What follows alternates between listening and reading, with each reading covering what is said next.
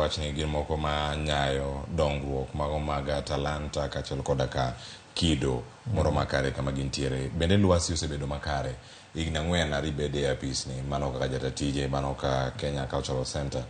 Bende en moro minyawacho ni lwasi osebedo makare ne oganda mopogore opogore kata mawuok e dhoudi mamoko mondo mi gichopane kar kacha. To cultural centers gi kuom ranyisi gwengewa makaluo bende gintiere mamoko ma oganda wanyalo ga tiyo godo kus nyaka gibi mana bur Nairobi kawuono kaka Joyman Brian jawangla ma oro ote kacha mabose oro namba ne wacho ne en e gwenge ma Ugunja Siaya jok mantiere gwengewa ma Siaya kane ma ginyalo dhi jok mantiere Kisumu ginyalo dhi Kanyakwar Cultural Center kacha koso giwuok gidhi gwenge mage mana kuom ranyisi miwa mana kaka ukeyo bedeu ahinya gwengewa makaluo odiochieng' makawuono. Mpango mar sirikal ne ni gweng' ka gweng' onego bedi cultural center kendo kapok devolution obiro to ne sirikal ochako gero cultural centers e gwenge. Kanyakwar ma iwacho no ane mana gere kana tiyo Kisumu. Mpango mar sirikal mar gero cultural center e gweng' ka gweng'.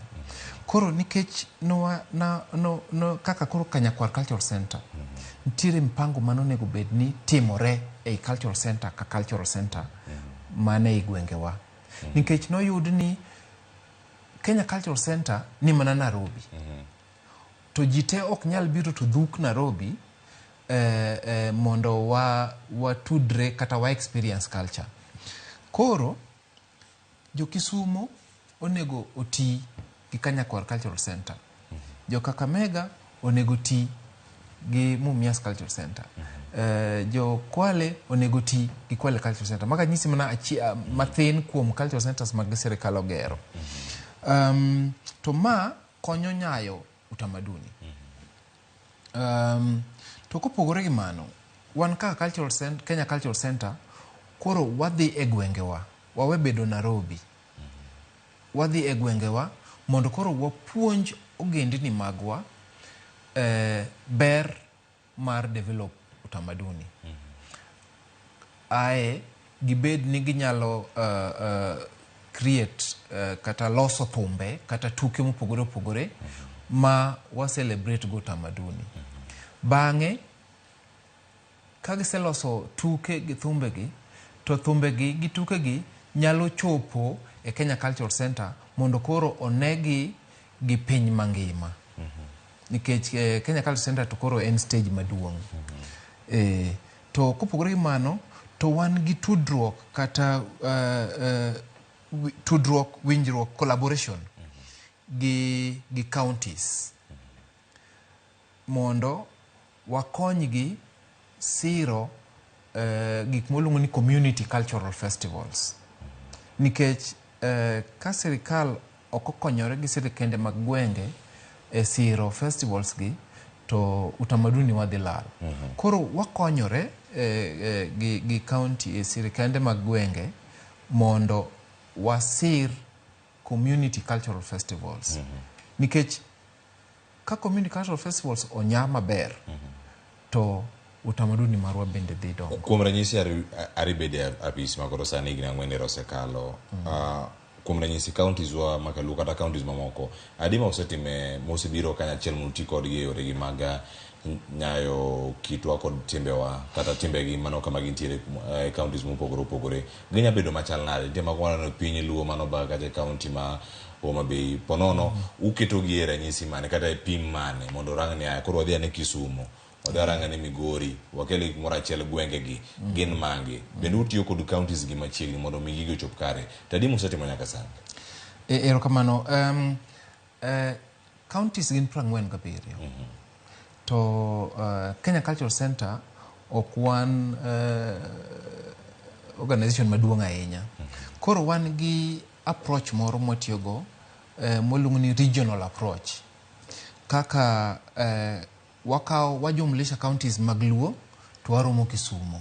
Kaka sani nyo watieko puonjo jotuke mag wasanii e dala mar Kisumu.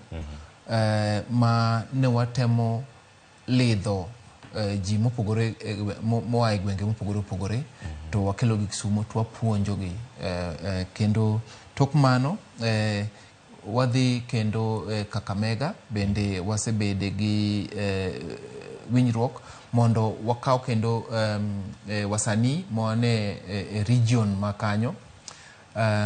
Kamano Eldoret nyo bende watetieko puonje. Koro yudo ka region wabedo ko watudre kodgi. To ntiere counties ma specific mo wakaw kaluwore gi Kenya Cultural Center. Ntiere kit tugo moro ma wamiyo mkazo, watilia mkazo iluongo ni theater. Koro iyudo ka ntiere gwenge ma theater ni onyaye maber. Koro mago twadhi county ma specific. To wan bende gi mgao moro ma watemo nyayo poetry. Kaluwore kotudore gi program marwa moro miluongo ni Poetry After Lunch. Poetry After Lunch ni wan counties 11.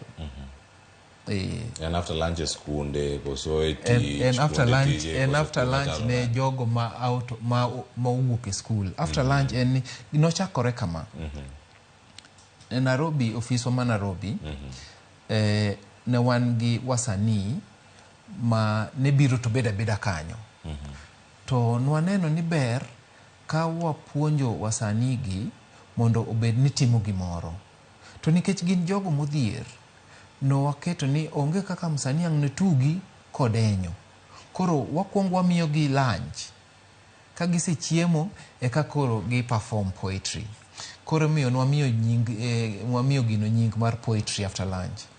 To kaka mwalwa sani wan Kisumo, ntiere gimoluongo ni Pal Satellite ma Kisumo, kendo wan Siaya, wan Kakamega gi Busia, kendo wan Narok, Poetry After Lunch. Kendo gi gwenge moko ma Coast gi Central. Koro programs ma wan gogi wadhigo e gwenge to wapuonjo go gwenge yo maber ma ginyalo tiyogo mondo wa develop talent to gi utamaduni. Kamano. Wan gi community cultural centers mantiere gwenge mopogore opogore. Wacho ni